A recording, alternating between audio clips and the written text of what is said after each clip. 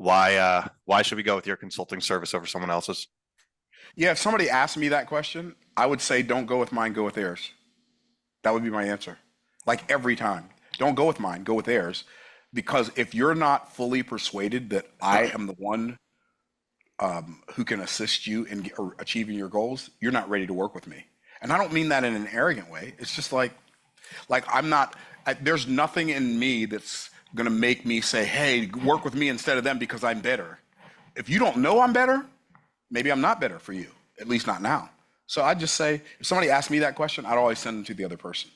Right. So not everyone has the same platform, and I'm absolutely not trying to But get it's too but it's not. semantic with it. But I don't do it because of the platform. I did it that way before I was making six figures.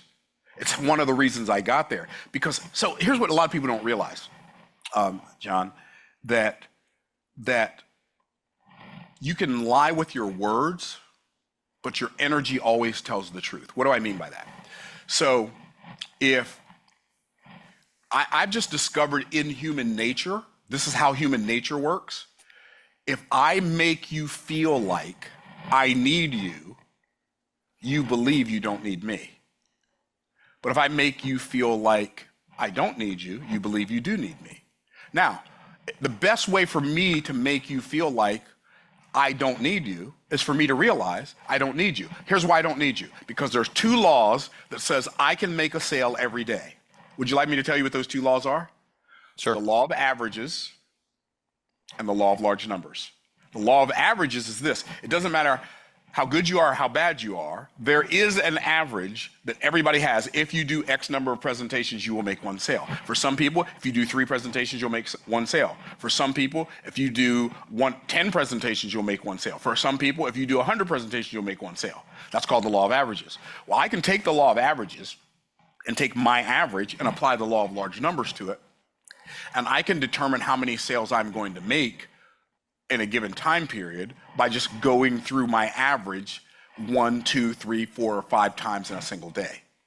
So it's the awareness that you don't have to make this particular sale that gives you the ability to withdraw from needing to make that sale, because the hardest person to buy from in the world is a person that has what I call commission breath. So Yeah, I deal with that all the time.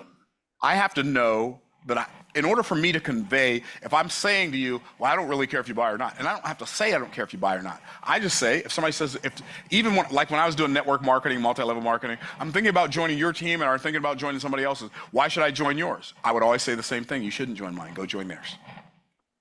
If you don't know that I'm the guy, you're not ready to work with me. And if you are, I'm not ready to work with you. And it's nothing personal. Just go work with them. Then you don't have that question anymore.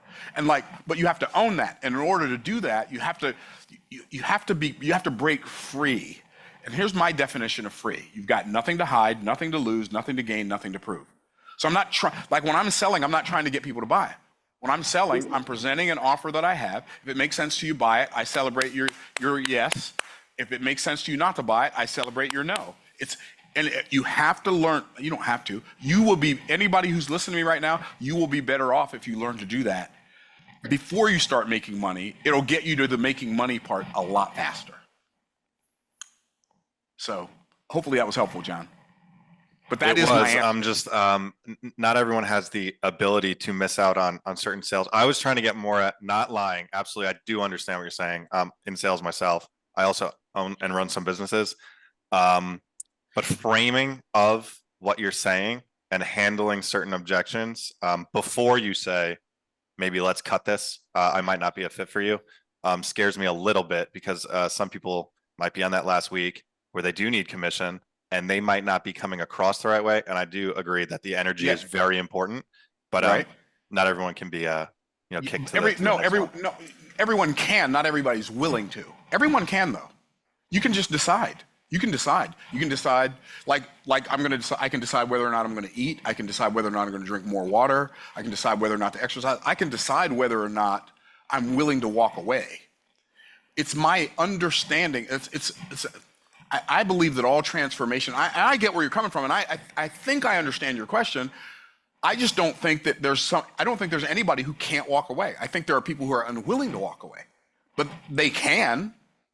Like if they walk away, maybe they won't make a commission check off this particular sale, but their arm doesn't fall off. And and I know that's a little facetious, but it's not a life or death situation. Yeah, it's but if I don't make this money, I can't pay my rent. Okay, but even if you don't pay your rent, I've been so broke that I've had to decide whether to pay my electric bill or my water bill. I've been so broke. I was so broke when my wife was 8 months pregnant with our first child. Our electricity and water were both disconnected at the same time. So I understand, like the things that I'm not saying because I have money. I'm telling you I have money because this is how I think. And like, if you are afraid of losing a sale, people can smell that fear. Your energy shows up before you do, right? Commission breath is absolutely rampant where I work in the cybersecurity space. It's more so, I think, I'm not going to monopolize this call. I apologize, Jack and everybody else. When there are companies that are doing poorly, and they have an amazing product, we see this all the time, they get acquired by the next largest company. And because of excellent salespeople, excellent marketers, and excellent outbound research, those come back to life. Right. So it's more so, why didn't the initial company do it if they were so okay walking away and not selling? Well, because they don't know how to sell. They think selling is talking people into buying something. This is where I'm getting at. Yes. Okay. So please. Selling is not talking people into buying something, talking somebody into buying something they don't want, don't need, and can't afford. That's not selling. That's convincing.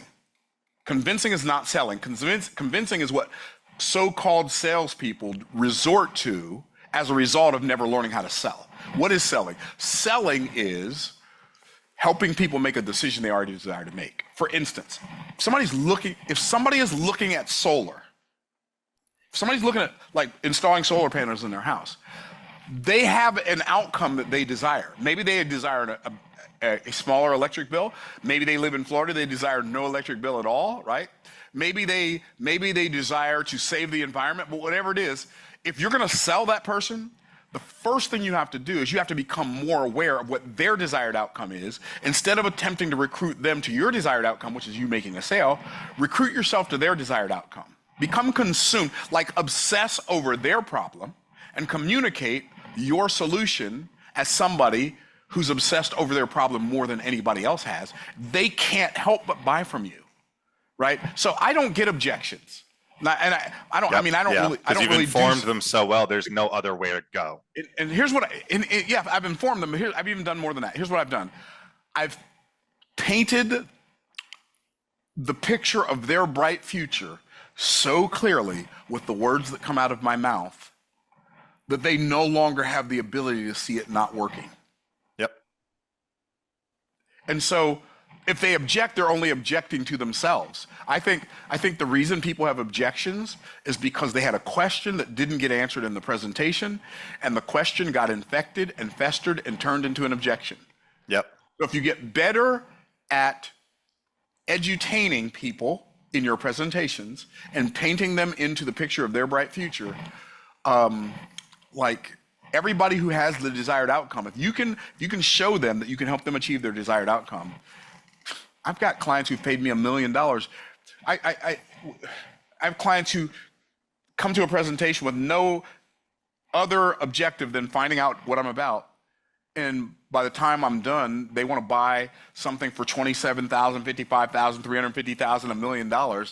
Not because I talked them into it, but because I showed them what their life could look like if they were more optimized. Mm-hmm. Does that make sense? Yep. Mr. Golden, Dr. Golden, it was a pleasure. And pleasure's mine, brother. My business, one of my businesses is about getting businesses to frame their messaging the same exact way that you just said it. So thank you for all the content. Appreciate it. My pleasure. Appreciate you, brother. Hey, I just have to say, I thoroughly enjoyed that exchange between the two of you guys. I thought that was great questions by John and then also Myron. I love 100%. Great questions by John, for sure. Love that. Seriously. Great job, you guys.